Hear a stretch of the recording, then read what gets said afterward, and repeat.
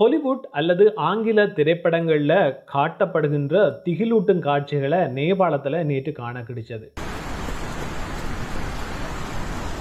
Oh my god, Mario.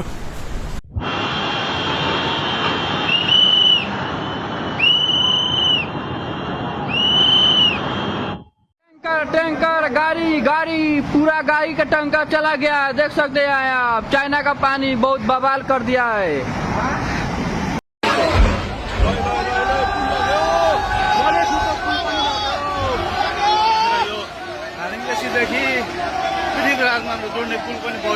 குறிப்பாக நேபாளத்தில் நேற்று ஏற்பட்டிருந்த திடீர் பாரிய வெள்ளப்பெருக்கில் சிக்கி நூற்றுக்கணக்கான இந்தியர்கள் காணாமல் போயிருக்கிறோம். இந்த துயர செய்திக்கு மத்தியிலேயும் தமிழ்நாட்டிலிருந்து சென்ற 21 பேர் பாதுகாப்பாக மீட்கப்பட்டிருப்பதான செய்தியையும் இந்திய வெளியுறவுத்துறை வெளியிட்டிருக்கு. இது தொடர்பான விடயங்களை தான் இந்த காணொலியில் பார்க்க போகிறோம். தொடர்ந்தும் காணொலியோடு இணைந்திருக்க நியூஸ் ஐ தமிழ் என்ற எமது வலையொலி மற்றும் ஃபேஸ்புக் பக்கங்களை சப்ஸ்கிரைப் மற்றும் ஃபாலோ செய்து கொள்ளுங்க. நாங்கள் தொடர்ந்து காணொலிக்குள்ளே போவோம். நேபாளத்தில் நேற்று 26ஆம் தேதி திடீரென்று ஒரு பாரிய வெள்ளப்பெருக்கு ஏற்பட்டிருந்தது. இது இந்த ஆங்கில திரைப்படங்களில் காட்டப்படுகின்ற திகிலூட்டும் காட்சிகளை ஒத்ததாக அமைந்திருந்தமை மிக முக்கியமான ஒன்றாக காணப்படுகிறது. இது பாரிய காலநிலை மாற்றம் தொடர்பான கரிசனைகளையும் ஏற்படுத்தியிருக்கு.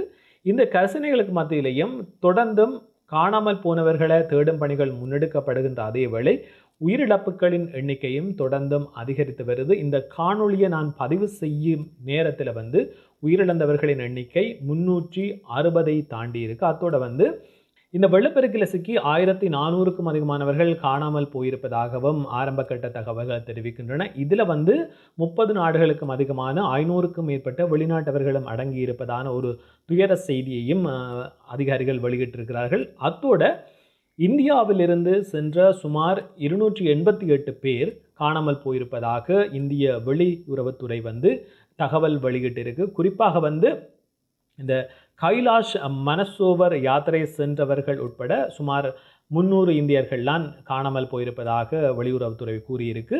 அதோட அங்கே நேபாளத்தில் நீர் மின்சார திட்டத்தில் பணியாற்றிய 73 இந்தியர்களும் காணாமல் போயிருப்பதாகவும் வெளியுறவுத்துறையின் செயலாளர் ரன்தீப் ஜெய்ஸ்வால் குறிப்பிட்டிருக்கிறார். இந்த துயர செய்திக்கு மத்தியிலேயும் ஒரு மகிழ்ச்சியான செய்தி கூட இருக்குது. தமிழ்நாட்டிலிருந்து போன 21 பேர் பாதுகாப்பாக மீட்கப்பட்டிருப்பதாக இந்திய வெளியுறவுத்துறை அமைச்சு குறிப்பிட்டிருக்கு. அவர்கள பெயர் விவரங்கள் கூட வெளியுறவுத்துறை அமைச்சு வெளியிட்டிருக்கு. அந்த விவரங்களை நாங்கள் இப்போ பார்க்க போகிறோம். சிவரஞ்சினி முத்துநாதன், கற்பகம் ராஜமோகன், மாறன் கோவிந்தசாமி, சாந்தி மாறன், முத்து குமரேசன் ராமலிங்கம், நவு கபீர்தாஸ், விஜய புவனேஸ்வரி விஸ்வநாதன், மைதிலி முத்துக்குமரேசன், இவர்களை தவிர தியாகராஜன் ரத்னம், கிருபாஹரி பாலசுப்ரமணியம், வள்ளிநாயகி சிவக்குமார், அத்தோட சத்யா ஜெயராமன், திருமாலவன் கோவிந்தராசு, கனகசபை நடேசப்பிள்ளை, ராதை கனகசபை, ரத்னகுமார் குஞ்சிதபாதம், பூங்குழலி பொன்னம்பலம், அத்தோட பழனியப்பன் மைக்கே பெருமாள், ரகுநாதன் முனிராஜ், கனகசபை நடேசப்பிள்ளை ஆகிய 21 பேர் பாதுகாப்பாக மீட்கப்பட்டிருப்பதாகவும் அவர்களை தமிழ்நாட்டுக்கு அழைத்து வர நடவடிக்கைகள் மேற்கொள்ளப்பட்டிருப்பதாகவும் இந்திய வெளியுறவுத்துறை அமைச்சு குறிப்பிட்டிருக்கு.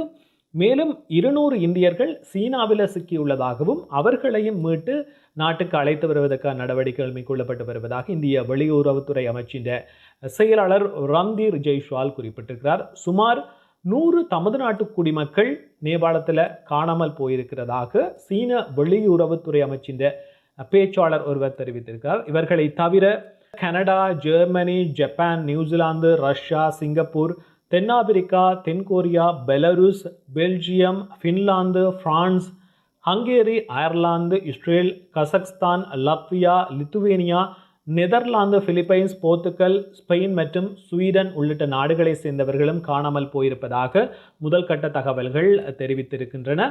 அதோட ரஸ்வா, நுவாகோட், தாதிங், கோர்க்கா ஆகிய மாவட்டங்களால் இந்த வெள்ளப்பெருக்கால அதிகளவில் பாதிக்கப்பட்டிருப்பதாக தெரிவிக்கப்பட்டிருக்கு.